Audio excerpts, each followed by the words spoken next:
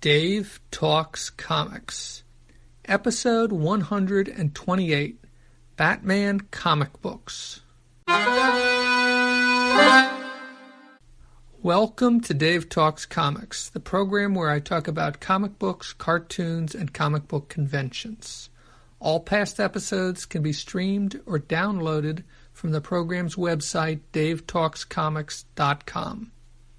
In addition to the program's website, this podcast can also be found on iTunes, Stitcher, and Facebook. In this episode, I will be talking about Batman and Batman family comic books that I own.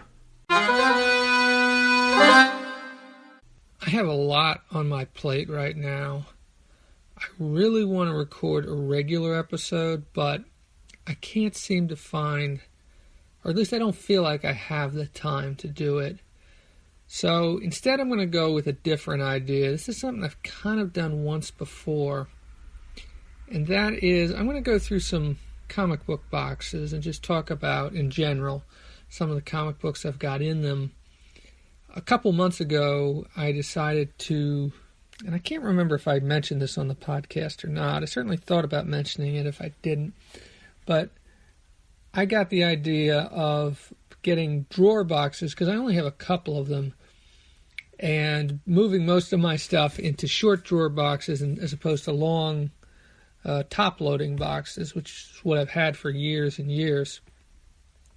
I have 8 top-loading boxes. I had like one top-loading short box, and I have a couple of drawer boxes, short drawer boxes, that I bought a few years back at a local comic shop. So this time I decided to order the boxes. I did a price comparison compared to what I paid a couple years ago, and as expensive as they are to ship, and you have to buy them in 5-packs, but I figured I was going to need more than 10 short boxes. I don't have an enormous collection. I probably have about 2,000 to 2,200 floppies, single issues. But I figured that it would be a good idea to do this, and it would make it easier to get at my comic books. It'd also be easier to move the boxes around.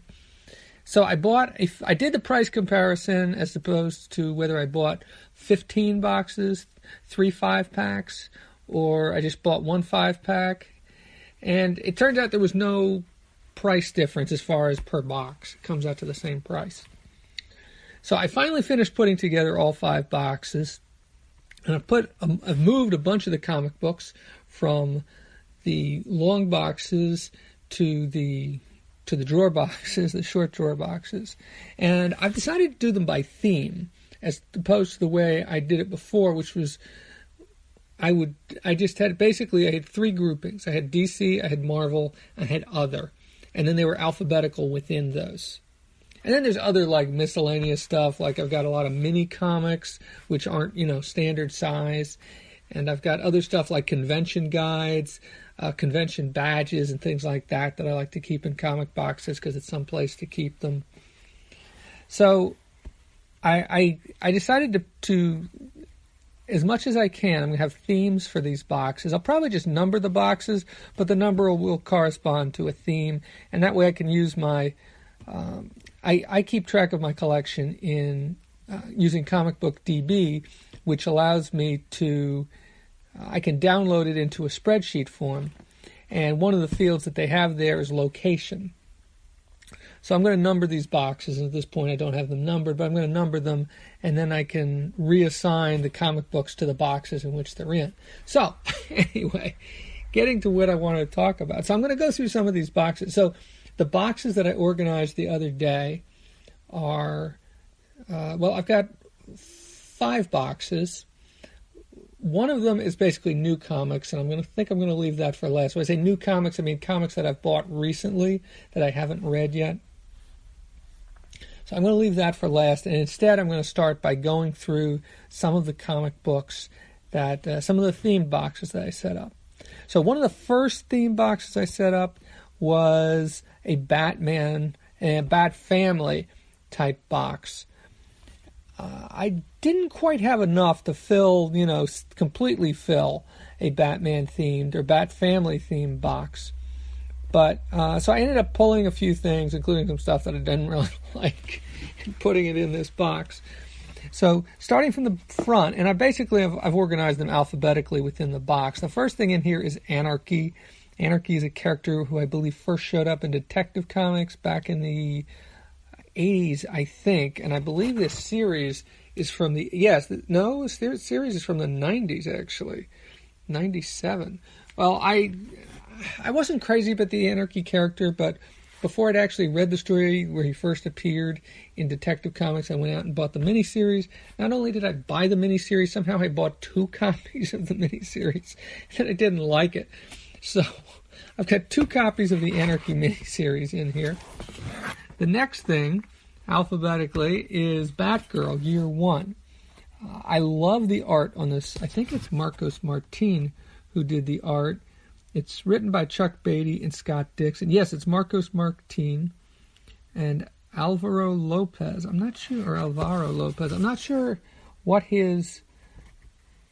he was the colorist or what. All these comics are bagged, or most of these comics in this box are bagged and boarded. I remember reading the Batgirl Year 1 when it first came out. It was one of those things. It came out in early 03. So this was like right when I got back into comic books, which was like October of 2002, I think, was when I got back into comic books. I don't remember being wowed by it, but I remembered really liking the art, and I probably should go back and give it another read.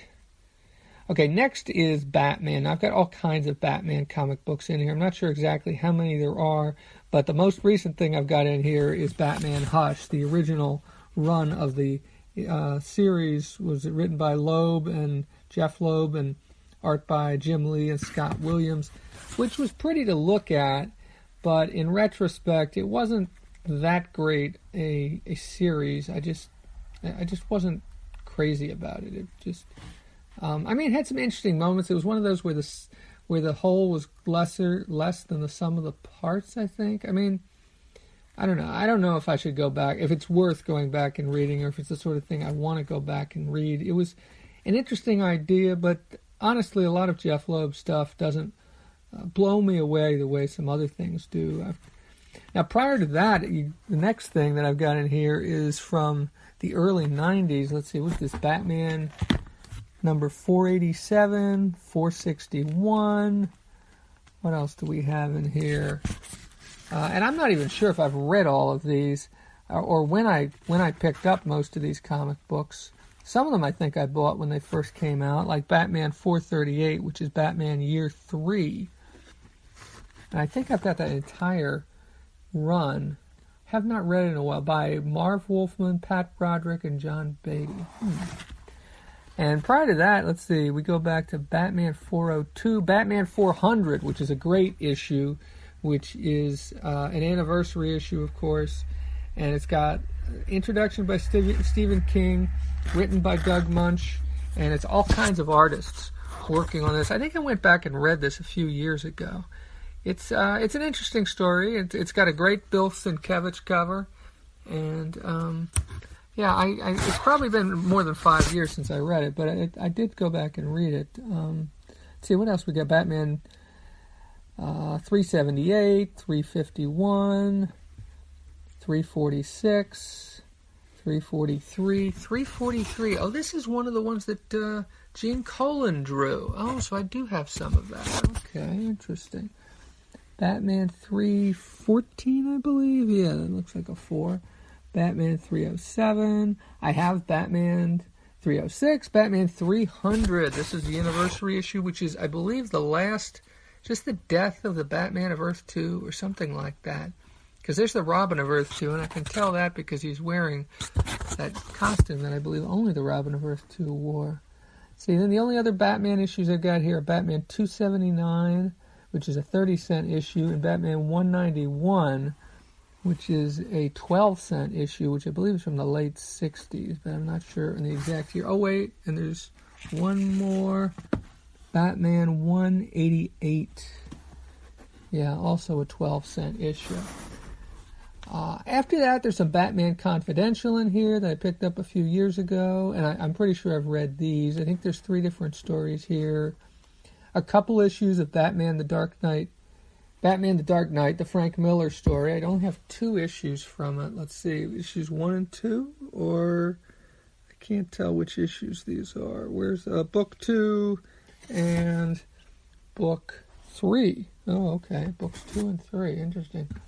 Batman Ego by Darwin Cook. I should really give that one another try. I wasn't crazy about it when I read it. I read this after I read DC The New Frontier. This was not when it first came out, but I should probably give it another try, because I guess I was expecting something along the lines of DC The New Frontier, and it definitely is not that. And we have Batman Golden Streets of Gotham. I don't think I've read this in quite some time. I'm pretty sure I read this, but like a long, long time ago. And that's, Cliff Chang did the artwork. Oh, that should be good. Now I'm not sure if I did read this, but it is an Elseworlds book. Batman Holy Terror by Alan Brennert and Norm Brayfogle and Laverne Kinzierski. That's one I should probably reread. Batman Joker Switch. That's one I bought in the early 2000s. Devin Grace and John Bolton. I don't remember loving that. Batman Legends of the Dark Knight. Here's Blades. I talked about that on an episode of Dave Talks Comics. Batman Watchtower. I can't remember if I talked about it or not. Batman Legends of the Dark Knight Annual number 7. Oh, that's the one with Balloon Buster in it. Nah, I thought that was okay. It wasn't quite what I was hoping for. Let's see, Batman and the Outsiders. I have the first 21 issues of that. A number of those I have not read before. I really should get around to reading them. It's one of those series that I want to get to, and I want to read through, at least through the point where Jim Aparo stopped drawing it, which was somewhere around issue 21.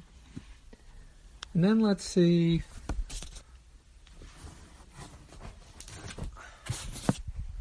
Okay, so after Batman and the Outsiders, I've got some issues of Brave and the Bold, nowhere near a complete collection, probably just about a dozen issues or so of that series. I think the highest numbered one is this one, number 162, which was Batman and Sergeant Rock. We got Batman and Commandy, number 157. Batman and Deadman, number 133. Batman and Swamp Thing, number 122. Batman and Wildcat and the Joker, Batman number 118. Number 116, which is Batman and the Spectre, but there's also a Teen Titans story in this one, and a few other stories.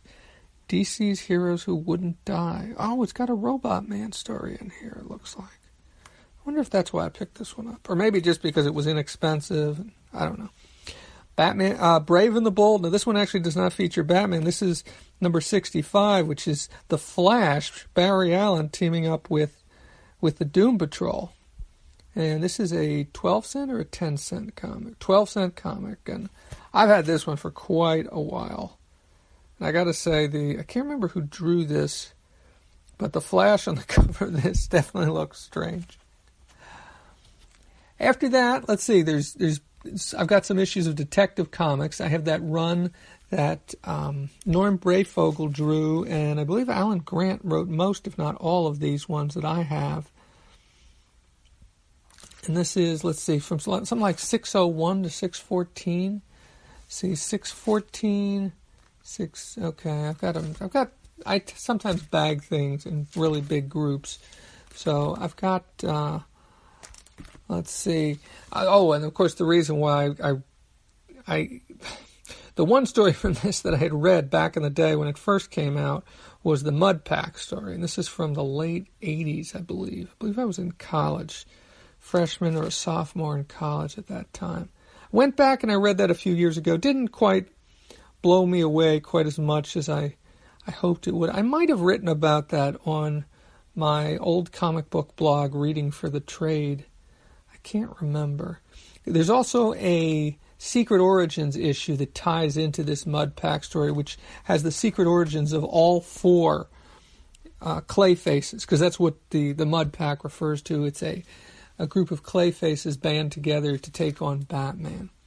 Yeah, so it looks like it's 601 to 614 of that Grant Brayfogle run. And let's see, then we've got a bunch of other issues here and there. Number 568.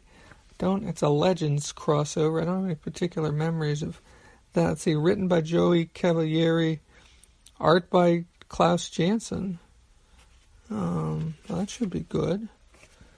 Let's see, Batman, or Detective Comics number 567. This one was written by Harlan Ellison. I think that's why. And this also came out around the time of, 567. That's the previous issue.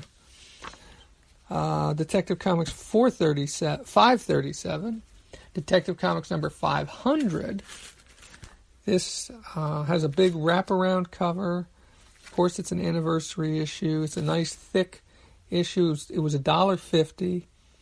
At a time when comic books were less than $1. And it's got all kinds of people. I think there's a bunch of different artists working on this cover.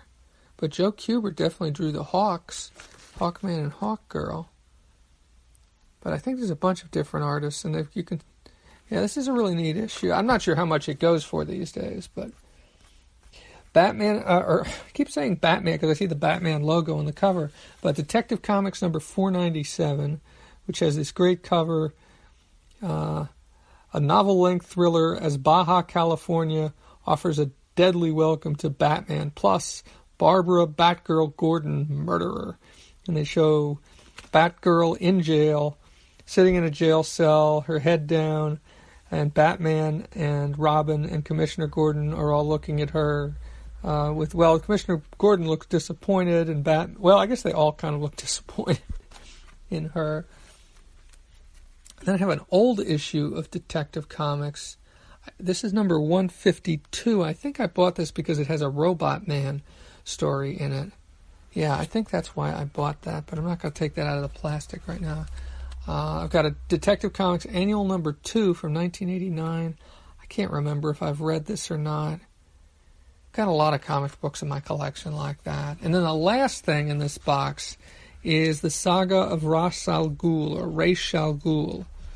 And this is a series that reprinted, is it just 4? Yeah, it's just 4 issues. It reprints it was from the late 80s, from 1988, January through April of 88, and it reprinted all of the early appearances of Ra's al Ghul and Talia al Ghul.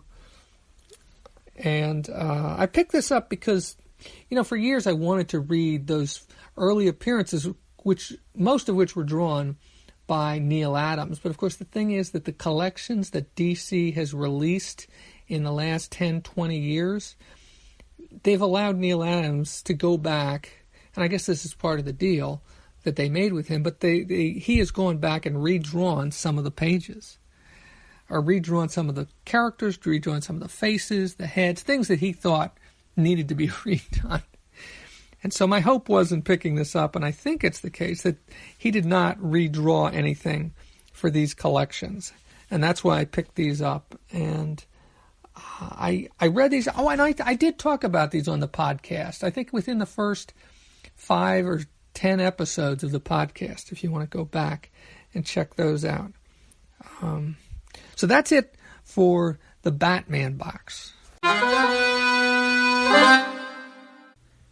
I found a few more things that should be in the Batman box, the Bat Family box, that I haven't, that were sitting in other places. First off, I dug out the Untold Legends of the Batman out of my long boxes and moved that into the Batman box. And that's an early miniseries. It was a 3-issue miniseries, which I think part of it was drawn by Byrne and part of it was drawn by Aparo. I'm trying to remember if there's anybody else who worked on that drawing yet, but it's kind of a retelling of Batman's origin with a loose story fitted over it to explain it all. I read it a few years back. It's one of, like I was saying, well, actually it wasn't on this, but it's one of the earliest miniseries that DC Comics did. I'm not sure if it was the first one, but it's one of the earliest ones. And then also I have a drawer box which is filled with comic books that I haven't read yet, things that I've bought recently, and that includes Well, I dug through it and I found 4 books that should be in the Batman box. The first is, and these are not in alphabetical order, Brave and the Bold, number 150. I think I got this at Baltimore Comic-Con. I don't think it was this year, but I think it was the year before. Or maybe it was Heroes Con. It was one of the two, I'm pretty sure. It has Batman and question mark. Can you discover who my co-star is in this special issue? Today Gotham, tomorrow the world. So this is an anniversary issue. It's 40 cents. I think that was the standard price of a DC comic at that time. I don't think this is a double-sized issue, but I'm not sure. I haven't read it yet, of course, because it's in my unread box. The next thing is Birds of Prey. I would definitely consider this to be a Batman family book, considering that Barbara Gordon is part of this series, and it also has a Batman logo kind of in the corner. This is Birds of Prey number 50. I believe I bought this at Baltimore this year. I know I mentioned this in one of the podcasts. It was either the Baltimore or Heroes Con, but I think it was Baltimore. And this is when more. I'm not sure. I think this is the first issue. This is, that's right. This is when Gilbert Hernandez was drawing it. Yes. I think this is the first of a 5-part story that was done by Gilbert Hernandez. Yeah, it's the credits on the cover are wrong. The credits on the cover were the credits from the previous arc, which was written by Terry Moore and drawn by Amanda Connor, which is another one that I would like to read. The next thing is Gotham by Gaslight. This is another Elseworld story. This is written by Brian Augustin and drawn by Mike Mignola and P. Craig Russell. Now, I don't think I've read this before. I think I got this when I bought the Saga of Ra's al Ghul. I think the guy who sold me that included this, even though it wasn't part of the eBay auction that I bought. I think that's where I got it. It was something else that I bought. I'm sure that I got this online and it was something that was included. So that's another Elseworld story that I should probably go back and read. And I can't remember if there's a tie between this and what's the other, Golden Streets of Gotham, which is another Elseworlds story. Or maybe this isn't an Elseworld. I'm not sure. I haven't read it yet. And then finally, there's one that I picked up at Heroes Con this year, and that's the Batman Family number 17, which has, I love this cover. It's not a great cover, but all the headshots of Batman, Robin, Batgirl, Huntress, and Man-Bat. And it's an 80-page giant. It was a $1 cover price. I believe it's from the late 70s at some point. And so I haven't read this yet, but I'm looking forward to reading this. And I really should try and get some more of these Batman family books. But that wraps up. Oh, yes. The other thing that I wanted to say was that there are some books that feature Batman, but that Batman is not the only character in. And I don't know where I'm going to put those books yet. But there are a couple of things that 3 things I can think of that come to mind. First, World's Finest. I think I only have 1 or 2 issues of World's Finest, but that's like a Batman Superman book. So that really doesn't belong in the Batman box, and it doesn't belong in the Superman box, but where do I put it? So I'm not sure at this point. As opposed to Brave and the Bold, which was primarily a Batman team-up book, which shows at least Batman and somebody. The other 2 series that come to mind immediately is there was Batman, Superman, Wonder Woman, Trinity, which was a book, a 3-parter. It was prestige format, I think, by what's his name? Matt Wagner, I believe. Back from about the early 2000s. I can't remember exactly who the bad guy was in that, but I have that. But once again, it doesn't seem appropriate to put that in the Batman box, and Superman is also a big part of that, and in this case, also Wonder Woman. And then the third thing is another Batman-Superman thing, which is Batman-Superman Generations.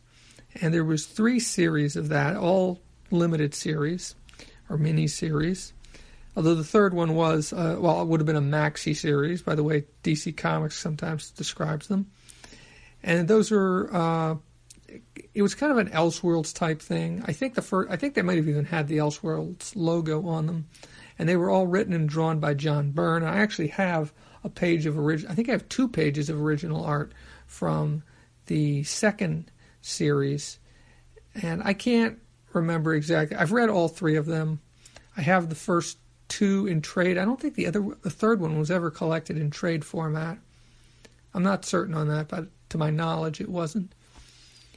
And it kind of goes through. They kind of start. The first one starts in the Golden Age in the 1940s, or maybe even in the late 30s, and goes forward and ages them appropriately. In other words, Batman grows old, he has kids, his kids kind of adopt the mantle, and so on and so forth. The villains age, everybody ages. Well, I don't think Superman completely ages, but he gets gray, and I think he lives much longer. And, it's kind of what if, Elseworlds type story, of course. And so those are some stories that I don't think belong in either the Batman box or the Superman box, but I have to figure out where I'm going to put those. But I have to order more boxes, so at some point I'll figure out exactly where those are going to go. But wait, there's more. Okay, so I went through another box. I have a box of stuff that it's not a regular comic box, but it's just a box that I received some stuff in that was shipped to me, Amazon no, actually it's a moving box is what it is. A box from when I moved a few years back.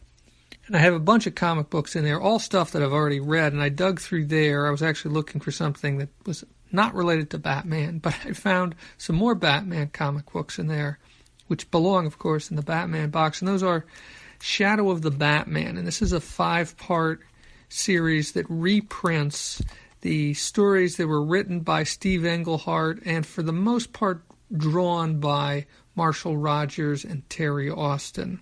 There are, I think, a couple issues that were drawn by Walt Simonson, and there may have been another artist towards the end, maybe not. I might not be remembering that correctly. But I read those earlier this year, and they reprint Detective Comics like 467 to 478 or something like that. I think there's one skip issue in there because it was not related to those. I think it was a reprint issue. But there's a lot of classic stories in there. There's The Laughing Fish, which is a Joker story. And some of these stories have been. That one was made into an episode of the Batman the Animated Series. I don't know if any of the others have. There's the appearance of the third Clayface. I think the first appearance of the third Clayface. Hugo Strange's first appearance since the Golden Age. It's a bunch of. It's not one story. It's a bunch of stories, but they're all written by Steve Englehart, and most of them are drawn by Marshall Rogers and Terry Austin. I believe they're available in collected edition also, although I can't remember exactly what it's called. But I've named the creators, so hopefully that's the last thing that I have not put away. Of course, none of this stuff includes any digital things I have, like I know that I have Batman Mad Love from Comixology on my Comixology account. But as far as physical comic books, and not counting trade paperbacks, I believe that's it for the stuff that I currently own that belongs in the Batman box. Finally, before I sign off on this episode, I wanted to provide the episode numbers for some of the episodes, well, most of the episodes on which I've talked about Batman. The first one would be episode number 2, which is where I talked about Detective Comics 601 to 614. Then on episodes 5 and 7, I talked about the saga of Ra's al Ghul. On episode 67, I talked about Batman Legends of the Dark Knight, a story from Batman Legends of the Dark Knight called Blades. And I also talked about Death in the Family, which I did not mention earlier because I don't have that in single issues. I have that in trade. And then on episode 82, I talked about the Batman and the Outsiders crossover with New Teen Titans. I've also talked about Batman a little bit about Batman Beyond, a little bit. Well, if you look for episodes where I talked about cartoons, Batman Beyond, Batman Brave and the Bold, but only a very little bit on those two. And of course, he does show up quite frequently in the episodes where I talked about Justice League or Justice League Unlimited. From the looks of it, this is part one of at least 2 parts. I'm not sure if this will be an ongoing series or how this is going to work out, but I have recorded also material for an episode on Superman comic books that I own, and maybe I will record some more segments on other comic books that I own. But that's it for episode 128. Dave Talks Comics can be found at davetalkscomics.com, as well as on iTunes, Stitcher, and a few other locations. You can find my notes blog at davetalkscomicsnotes.blogspot.com. If you have comments or questions, I can be reached at davetalkscomics@gmail.com, on Twitter at davetalkscomics, or leave a comment on my website. I'm Dave. Thank you for listening.